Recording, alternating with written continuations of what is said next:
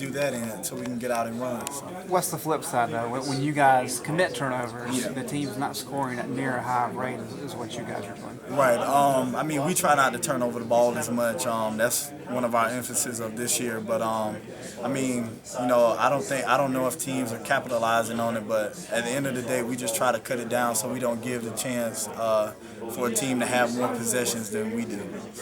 You talked a little bit about playing with the pros over the summer. Is there any advice that those guys gave you sort of embrace going into this year? I just think it's more of they don't tell us like individually what we can do, but I mean sometimes they'll be like, well, you can do this more and do that more. But I just think overall they try to tell us that if we buy into the program and buy into what coach wants and buy into playing for the name on the front and not the name on the back, that we have the potential to be a great team. So.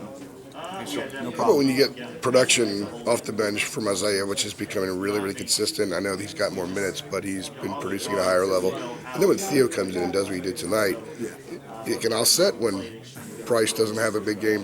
When Bryce used to have a game like this, it would be trouble for you guys to win, but you're getting so much production from those guys off the bench now. Yeah, I mean, now with Kennedy being out, other guys have to, come in and step up. And Isaiah, I mean, he's a great player, and it's just a matter of time before he starts, being one of our key players on our team. And as you saw tonight, he's capable of doing that.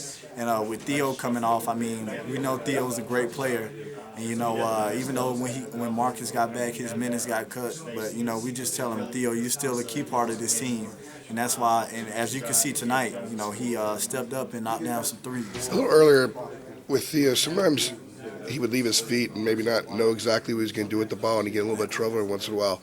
Do you see that he's been a lot more efficient in the last month or so with his touches, and he's in a higher plus level productivity? Mm-hmm. Yes, sir. Coaches try to tell Theo, you can't make those silly turnovers.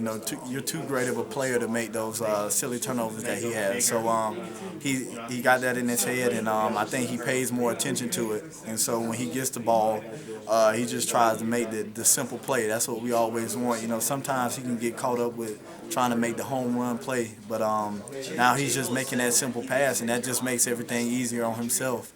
And that's what he's been doing. So.